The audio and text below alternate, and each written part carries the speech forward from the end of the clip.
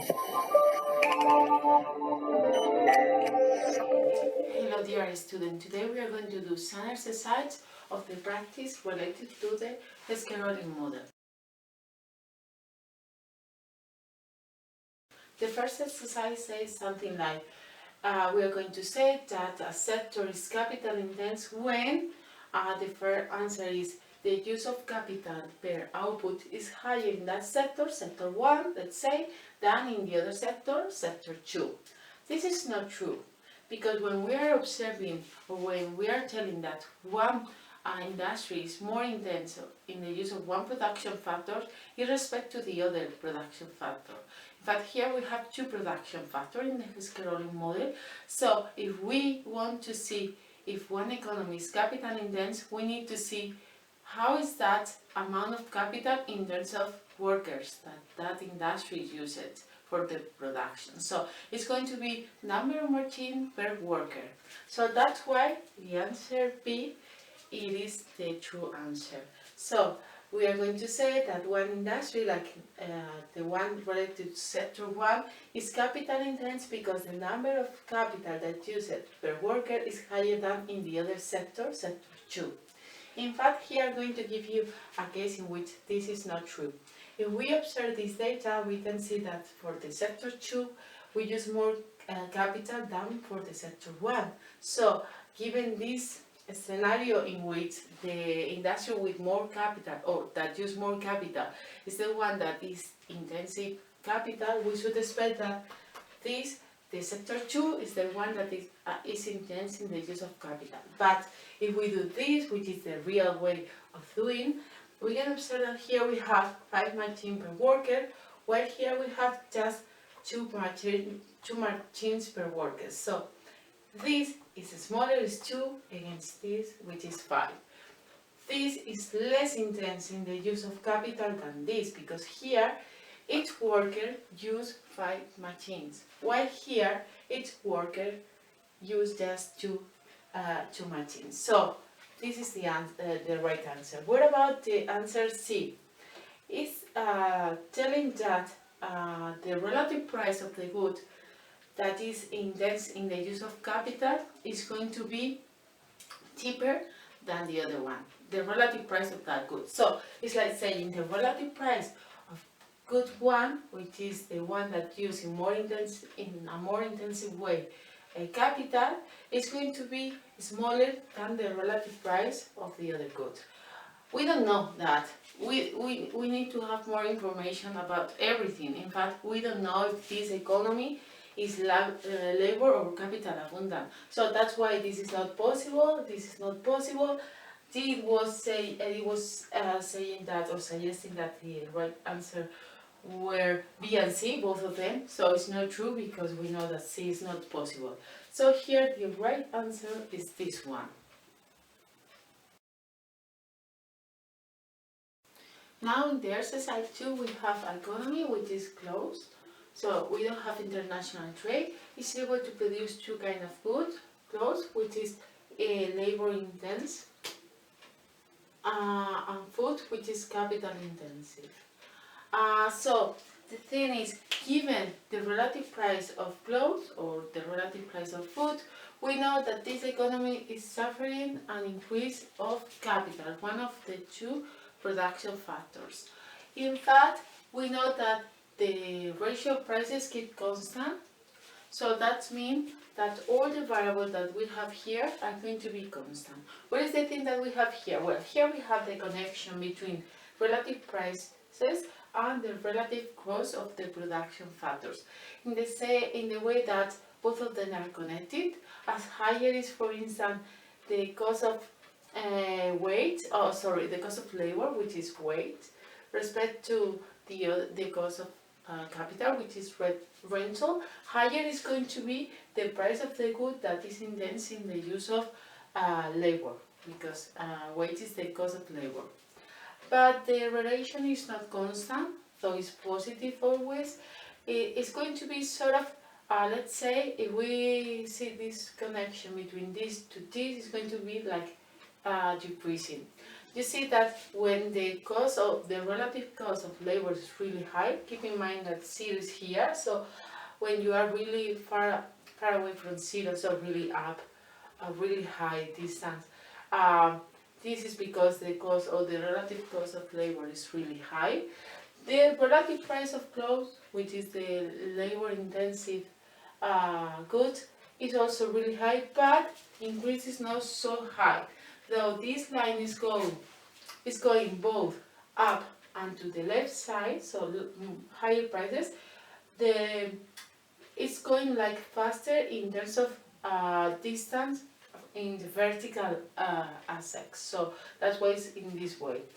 So we can observe that it's going to the left side, so that means higher prices, but not really fast in this case. Why is that? Because if it's really expensive, the cost of labor, though in that industry they use more labor in relative terms than the other industry, they are going to start to use a little bit more of the other production factor, which is capital, than before. Why is that? Because now the relative cost of labor is really high. So they are going to like substitute one production factor by the other. Both of them are going to do that, but in a cheaper way. This one because it's the one that is the most affected by changes in the price of the labor. So here we have the relative demand of labor. That's why here we have the relative so we are talking about production factor. This is quantity, so this is the price of the production factor. So this is the ratio of labor to rental, where relative the ratio of wage, which is the cost of labor, over the cost of capital, which is rental. So here we have the two possible demand of these two production factors. One is for the clothes sector, the other one is for the food sector. The one that is more in the right side is telling us that the quantity demanded, because here is quantity, so far away from here, which is zero, is more demand, higher quantity demanded. It's in the case of clothes, of course, because it's labor intense. So the thing that we have here is now we have more capital than before. But the relative price didn't change, so we are going to use the same ratio of each production factor.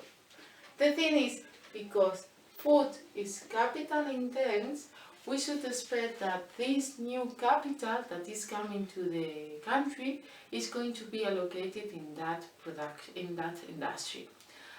But because the combination of capital and labor didn't change, that means that for use this capital, this industry also needs labor.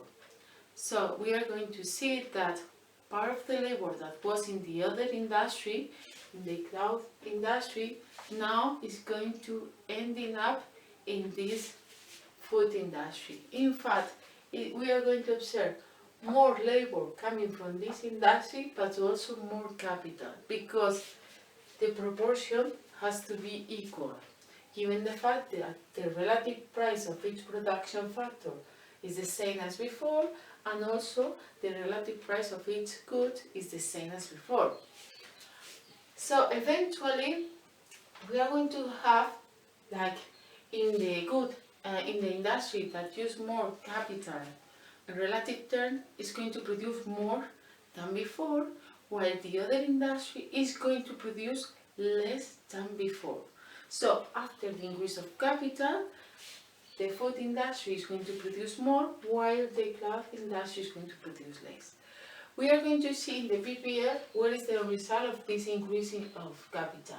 In fact, as we can imagine, now the total amount of food that we can get, if this was the initial PPF, now if we just produce food, we can produce much more than before. Also, we are going to be able to produce more clothes than before, that if we just produce clothes. How is that possible? Because now we have more capital. And we can use also labor coming from the other sector. And in between these two extreme cases, we are going to have more, many combinations. But the thing is that even we can observe that the PPF is going to move to the right side and also up, the movement is not going to be homogeneous. In fact, we are going to have a sort of bias in this case. In the case of the food good, which is the one that is intense in the use of capital. What about the final production? Well, because the relative price is the same, so we are going to have a new line with the same slope as this one, which represents the relative price, this ratio. That value didn't change, so that's why both of them are parallel. And here we can see that the production of food, as we expected, is higher, while the production of clothes is going to decrease.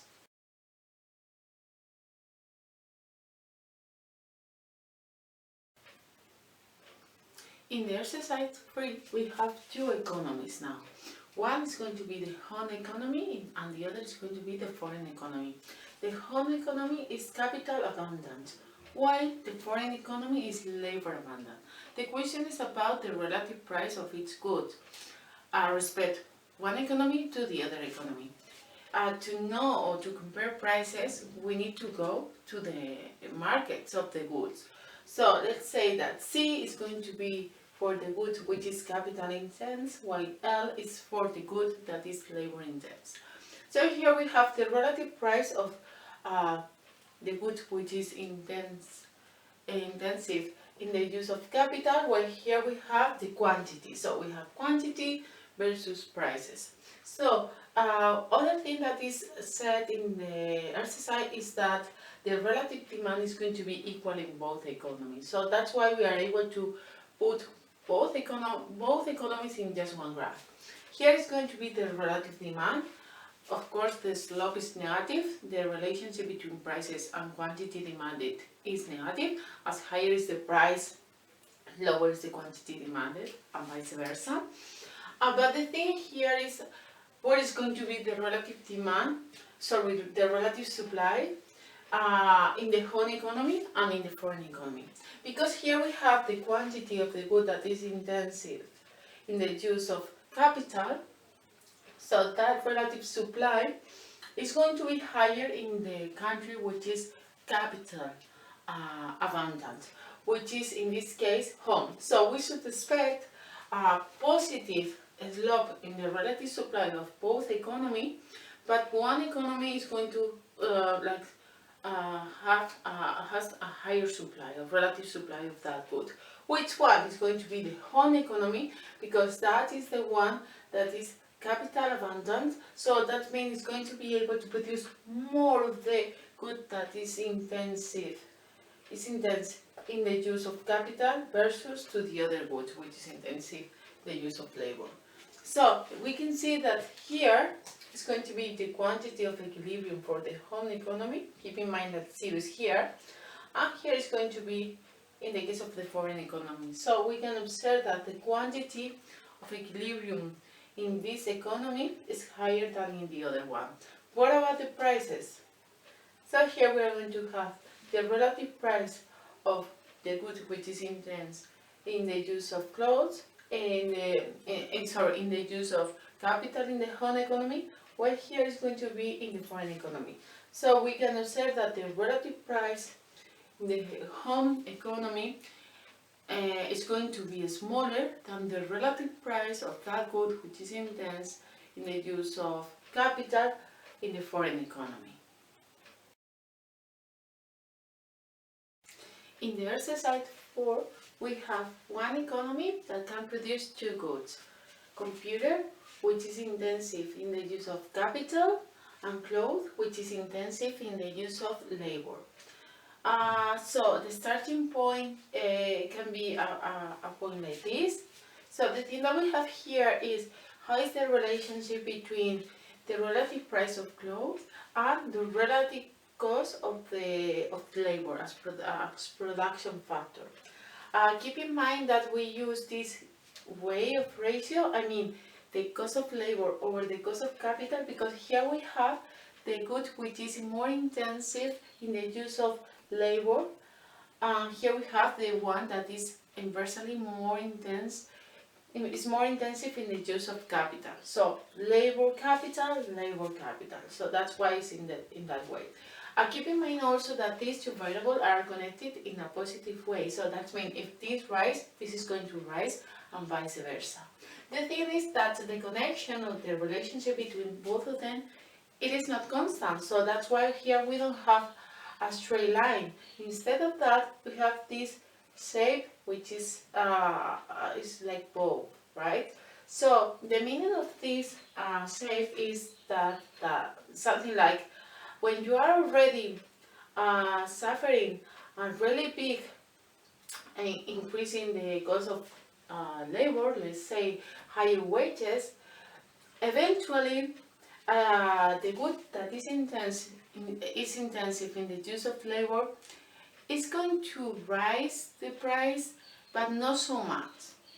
So that's why even we are going up, because you can see that this line is going up and also at the same time to the left side. So higher wages, relative wage, higher relative price of clothes, which is intensive in labor.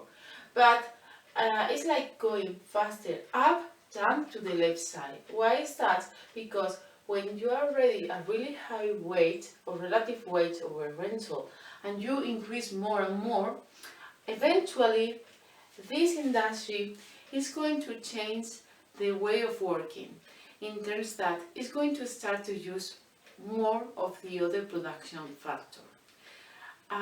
If you remember here, each industry can combine both production factor in many different ways. It's not you need labor requirement, it's used. So you can choose the amount of labor that you are going to use and the amount of capital that you are going to use. Also it's true that some industry in general are going to need more labor per capita than others. So they are going to be like labor intensive industry or vice versa. That's why it's quite connected, the cost of labor, with the industry that is more intensive in the use of labor, right? But eventually, the relative price of clothes is not going to go so fast in this at this point, because instead of using so much labor as before, because the cost of this production factor now is really high, they are going to start to use the other one. So that's why it's going to rise the price, but not so much, okay? So in fact, we can see that a big change here is going to be connected with a smaller change in these prices, okay? So it has to rise a lot, the relative cost of labor, to get a significant or not always so big, a small increase in the relative price of clothes, which is the one that is in the use of labor. What is the thing that we have here? Well, here we have the other connection that we can observe between the ratio of weight to rental with other variables. Here is the quantity which is going to be demanded of each production factor.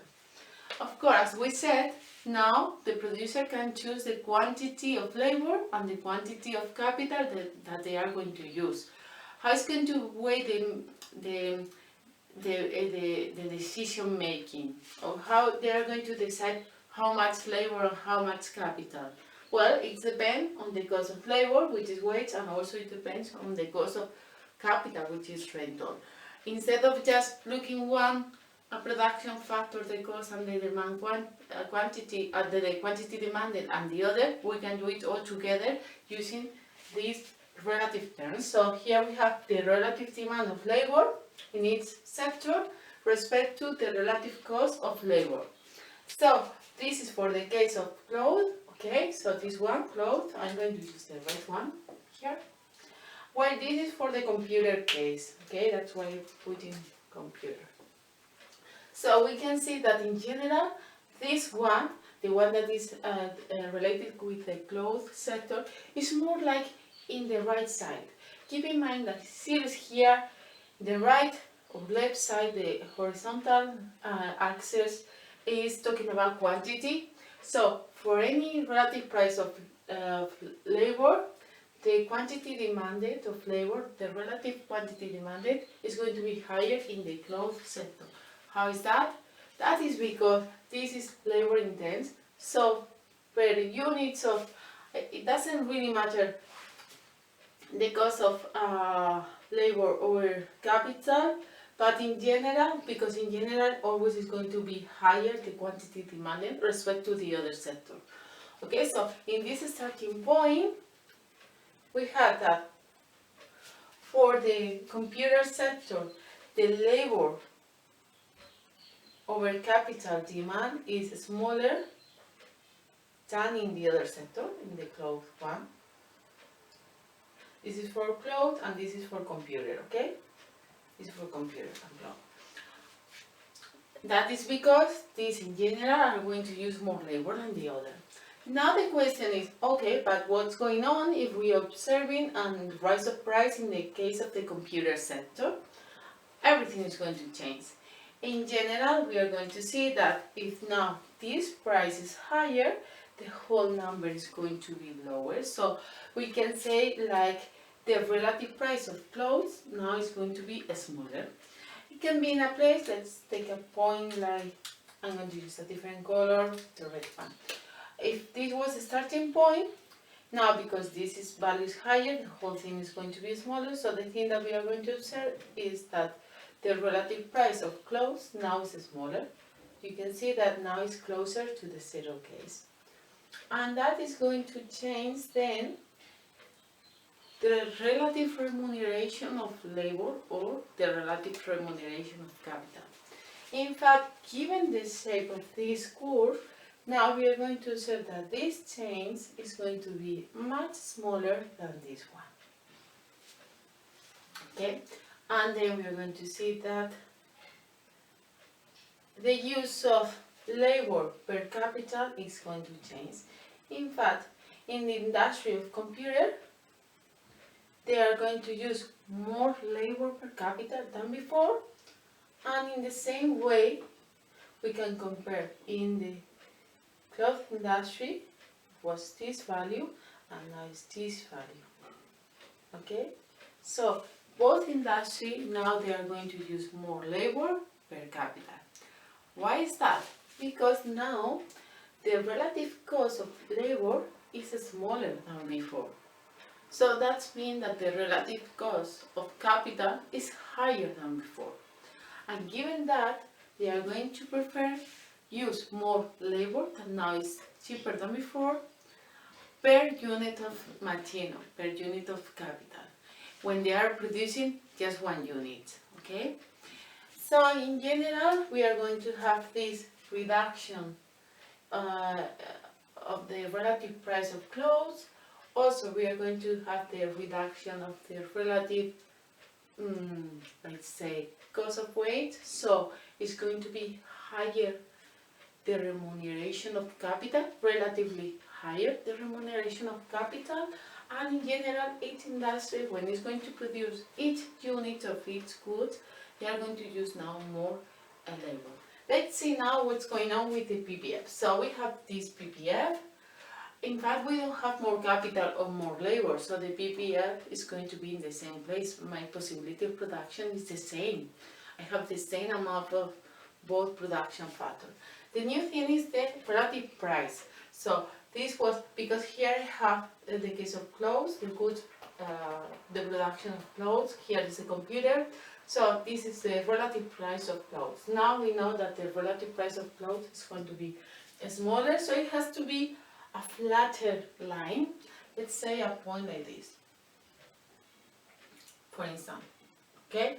So we are going to observe that the production of clothes is going to decrease while the production of computer are going to increase. So this is decreasing while this is increasing. So in general, this economy is going to produce more computer, which are the ones that are capital intense, but also we are going to observe that we are going to start to use more labor than before per computer and per units of clothes. So about who is the winners and who are the losers of this new situation. The thing is, we have a lower relative weight, and that is because now the relative the remuneration of capital is higher than before, and that is coming from the fact that the price of the computer now is higher. Keep in mind that the remuneration of the production factors are connected with the goods that these production factors are producing.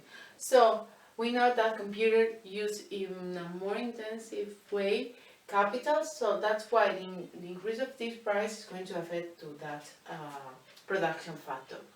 So in fact, also we are going to observe that this increase, which is going to reduce these relative weights, is higher than the reduction of the relative price of clothes.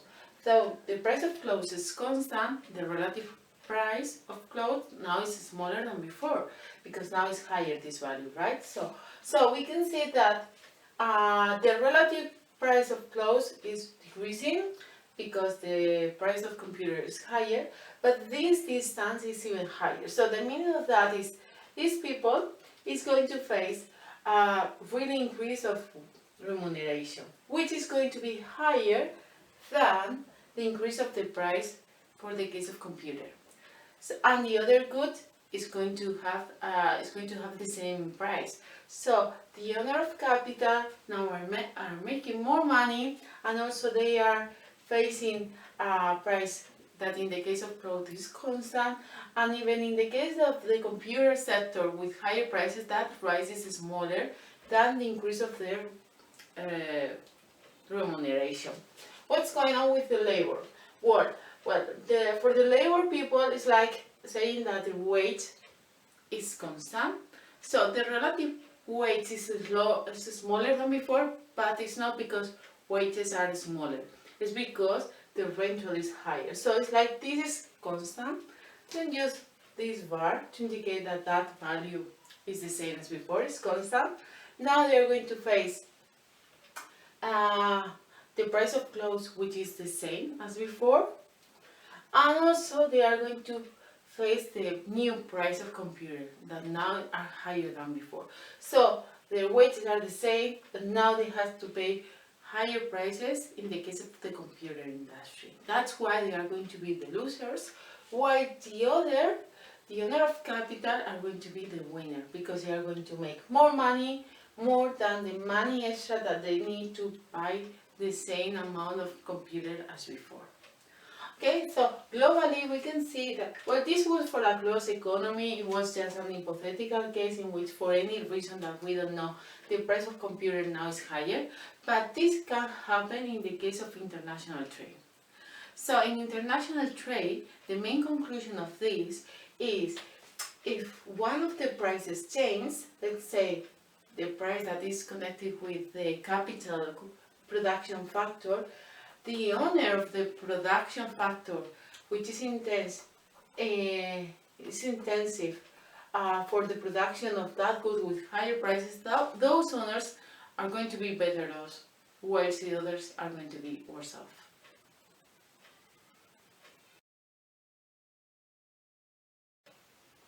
In the exercise 5, we have two economies, Australia and Malaysia.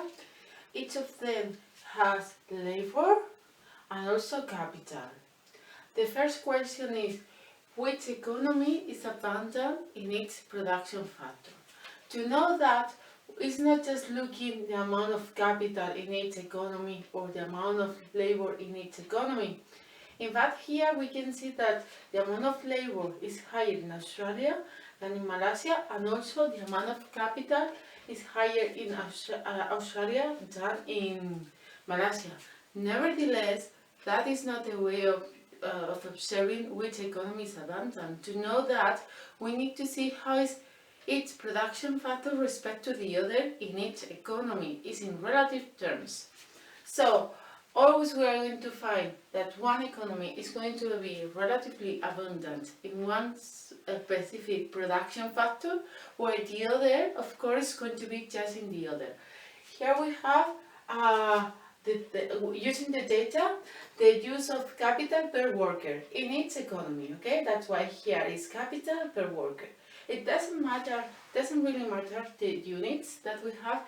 Here is 45 million people, here is also a million, but it doesn't matter because this is people and this is capital that is determining in monetary terms. So, but the thing is that the important thing is the ratio in both economy, and then when we compare both of them. So here we have capital over labor in this economy, the same thing is here for the other economy.